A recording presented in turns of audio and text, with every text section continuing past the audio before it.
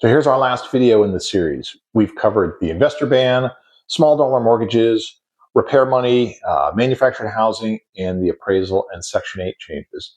Today is a rapid fire tour of everything else that's in the Road to Housing Act that's worth a small investor's attention. Title V is a program reform. The headline for us is that the Rural Housing Service, USDA's housing arm, gets a major modernization, streamlining its loan programs. If you invest in small towns or rural areas, USDA financing for your buyers and rural renter programs should get easier to work with. Title V also overhauls federal disaster recovery housing money, which aims to get rebuilding funds moving faster after storms, which matters to anyone who's holding property in disaster-prone areas, because how fast a community rebuilds determines whether your investment there also recovers. Title VI covers veterans. Lenders and counselors will now ask a standard military service question, so veterans get routed to VA loan benefits that they've earned. And VA loan disclosures get cleaner. If you're selling property, always remember that VA buyers can finance 100%, so don't let listing agents steer you away from them. Title IX is about community banks. Make it easier for them to gather deposits, form new banks, and keep lending locally. So here's why you should care.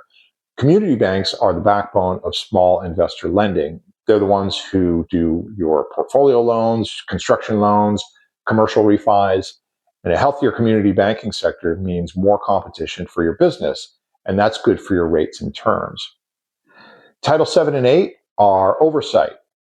Annual testimony from housing regulators, interagency coordination, and a stack of GAO studies, including several on how all of this affects the housing markets. Those studies are what future legislation gets built on. So the data collected over the next few years is likely to shape round two.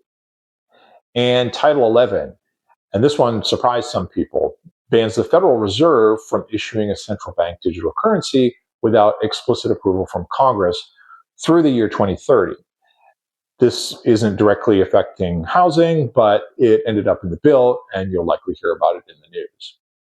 So if we zoom out on the whole law, three big themes. One, single-family homes are being steered away from Wall Street and toward individuals, and small investors like you were deliberately left untouched. Two, there's a decade-long supply push coming, factory-built homes, ADUs, conversions, small multifamilies. And three, the plumbing of our business, appraisals, inspections, small loans, rural programs, all of it is getting a real maintenance for the first time in years. The investors who win in the next cycle will be the ones who understand all of these rules and understand them early and position themselves accordingly. If you own rental property and want to talk through what any of this means to you and your portfolio, please reach out. This is what we do every day at Real Property Management Excel. Thanks for watching the series.